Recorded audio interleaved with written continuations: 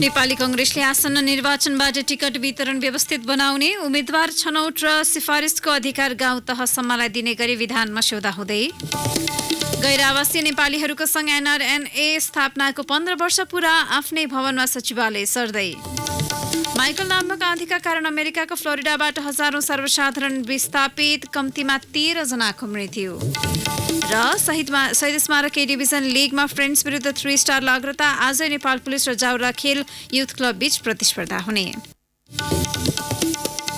नमस्कार, कान्तिपुर डायरीका साथमा सहकर्मी रमेश र म दिवा। अब समाचार विस्तारमा। नेपाली कांग्रेसले आसन्न निर्वाचनदेखि टिकट वितरण व्यवस्थित बनाउने भएको छ। निर्वाचनका लागि आकांक्षी बढी हुने र टिकट नपाउनेबाटै पार्टीको आधिकारिक उम्मेद्वारमाथि अन्तर्घातको क्रम बढेपछि कांग्रेसले उम्मेद्वार सिफारिसबाटै त्यसमा अंकुश लगाउन लागेको हो। उम्मेद्वार सिफारिसको अधिकार गाउँ तहसम्मलाई दिने गरी पार्टीको विधान मस्यौदा भइरहेको विधान मस्यौदा समिति सदस्य रमेश लेखकले जानकारी दिनुभयो। यसअघिका निर्वाचनमा 10-12 जनासम्मको नाम सिफारिस भएकाले निर्णय गर्न अप्ठ्यारो परेको तथा 1 जना बाहेक अन्य आकांक्षी आधिकारिक उम्मेद्वार हराउन लागेकाले सुरुवातबाटै त्यसलाई व्यवस्थित बनाउने गरी विधान तयार भइरहेको नेता लेखकको भनाइ छ। प्रतिनिधि सभा, राष्ट्रिय सभा र प्रदेश सभा निर्वाचन बाहेक क्षेत्र, नगर, गाउँ लगायत स्थानमा हुने निर्वाचनका लागि उम्मेद्वार छनौटको अधिकार नयाँ विधानबाट सम्बन्धित निकायले पाउने भएका छन्। प्रतिनिधि सभा, राष्ट्रिय सभा र प्रदेश सभा निर्वाचनका लागि नयाँ विधानले बढीमा 3 जनाको नाम मात्र सिफारिस गर्ने गरी बाध्यात्मक व्यवस्था नयाँ विधानमा समेटिँदैछ। आकांक्षी बढी भए सम्बन्धित निकायले निर्वाचनबाटै भए पनि बढीमा 3 जनाको मात्र नाम सिफारिस गर्नुपर्नेछ। यसैबीच कांग्रेसले पदाधिकारी बाहेक केन्द्रीय सदस्य, सांसद लगायतलाई समेत महाधिवेशनमा प्रतिनिधि चुनिएर आउनुपर्ने व्यवस्था नयाँ विधानमा गर्न लागेको छ। केही सदस्य तथा सांसदहरूको भूमिका प्रभावकारी हुन नसकेको निष्कर्ष निकाल्दै कांग्रेसले आगामी महाधिवेशनबाटै सुनियम लागू गर्ने गरी छलफल भइरहेको छ। सभापति र अधिकार सम्पन्न बनाउने विषयमा विवाद नरहे पनि पदाधिकारी थप्नेबारे छलफल भइरहेको नेता लेखकले बताउनुभयो। उपसभापति र 1 जना महिला रहने गरी सहमहामन्त्री थप्ने व्यवस्था गर्ने गरी कांग्रेसको विधान मस्यौदा समितिमा छलफल जारी छ। आगामी सप्तमीसम्ममा विधानमा मोटामोटी सहमति जुटाउने गरी मस्यौदा समितिको बैठक पछिल्लो समय बसिरहेको छ।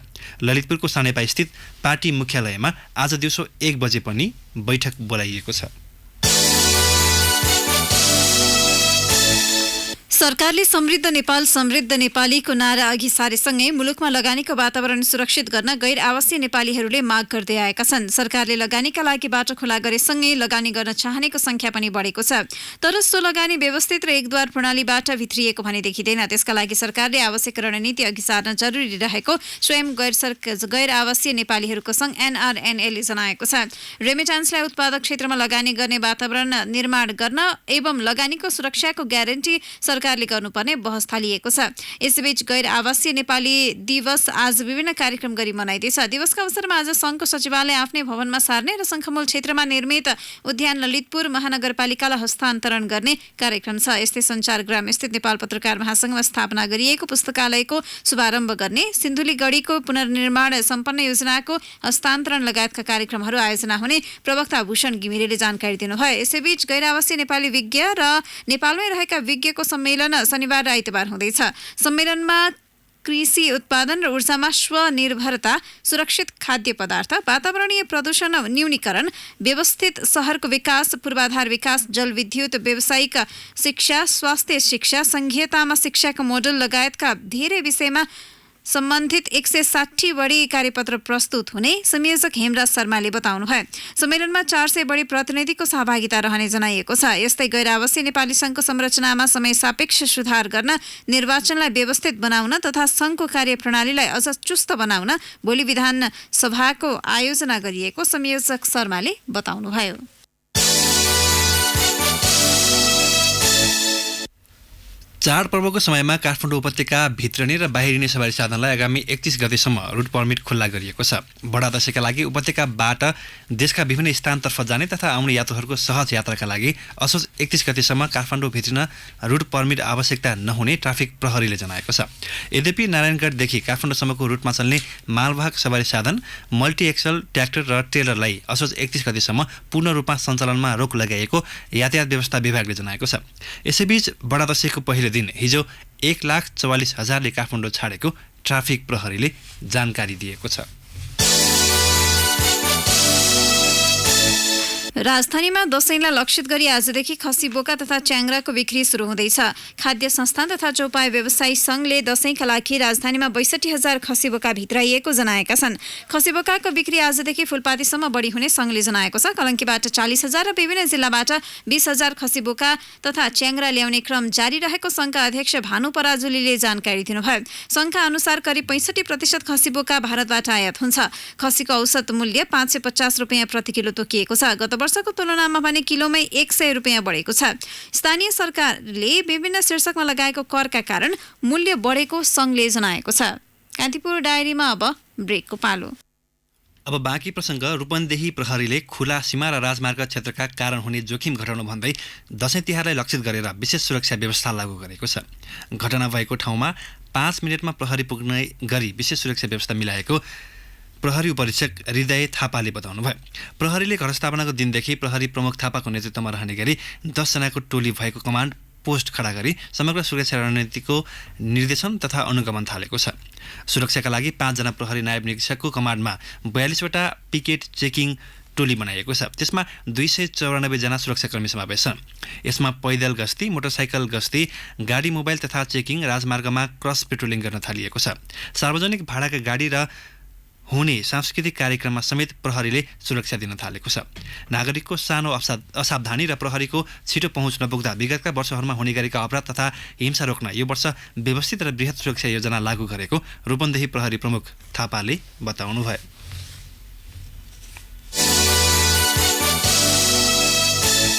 अब अन्तर्राष्ट्रिय प्रसङ्ग। माइकल नामक आँधीका कारण अमेरिकाको फ्लोरिडाका हजारौं सर्वसाधारण विस्थापित भएका छन्।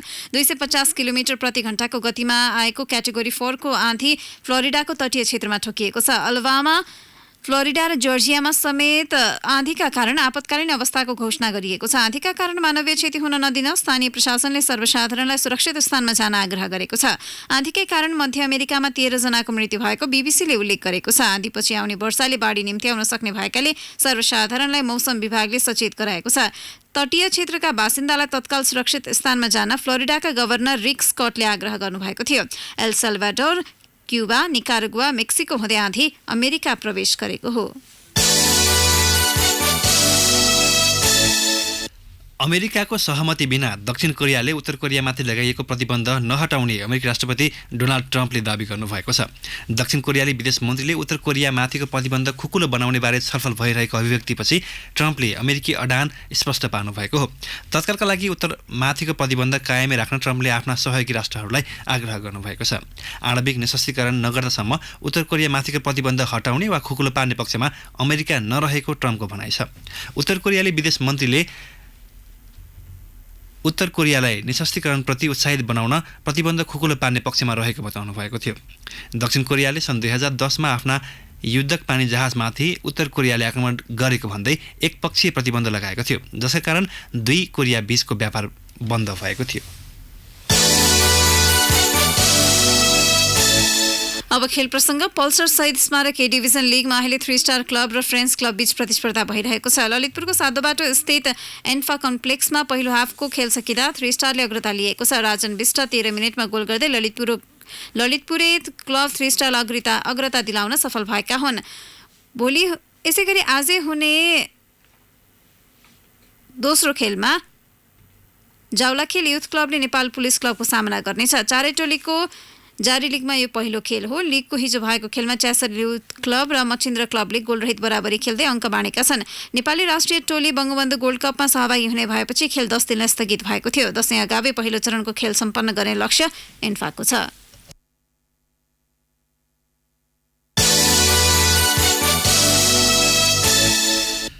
जब जिम्मेवार निकाय गैर जिम्मेवार बन्छ तब नेपालको खेलकुद क्षेत्र अन्यलपूर्ण बन्छ। अन्यलग्रस्त शहीद स्मारक ए डिभिजन लिग बल्ल तल्ल 5 वर्षपछि सुरु भएको छ। गम्भीर नभन्दा भूकम्पले भत्किएको एकमात्र अन्तर्राष्ट्रिय दर्शक रङ्गशालाको निर्माण अझै सकिएको छैन, जसका कारण 13औं दक्षिण एसियाली खेलकुद साग नेपालमा हुने नहुने निश्चित छैन।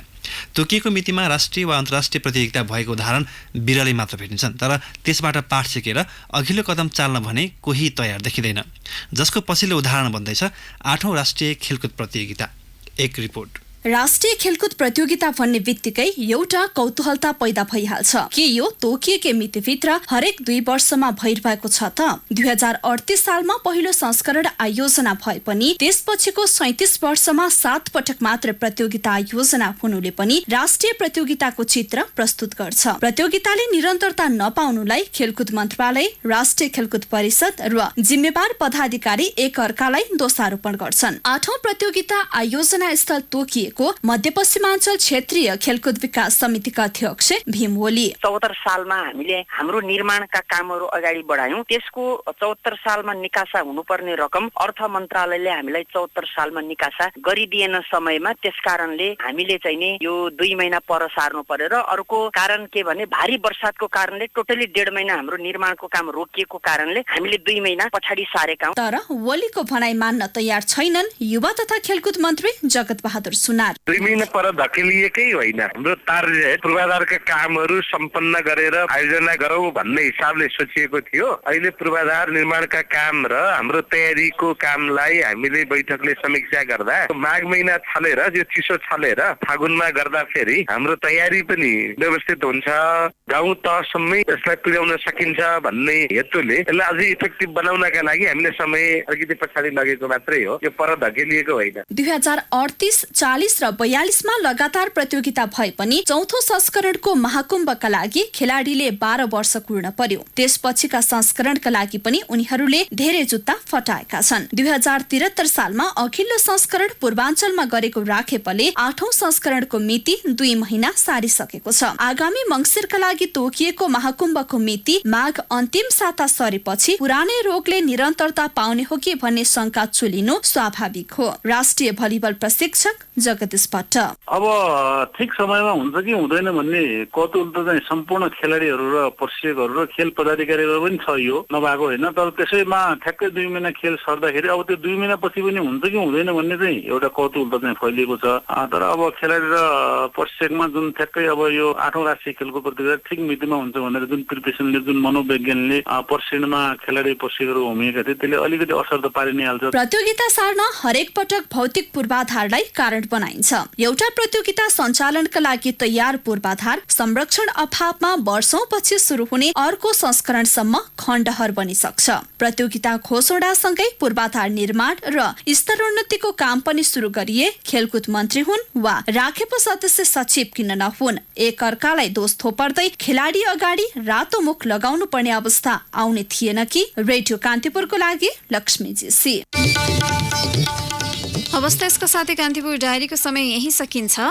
1 बजे डिस्ट्रिक्ट डायरीका साथमा उपस्थित हुने नै छौँ। तबसम्मका लागि साथी रमेश र म दिवा बिदा माग्छौँ। नमस्कार।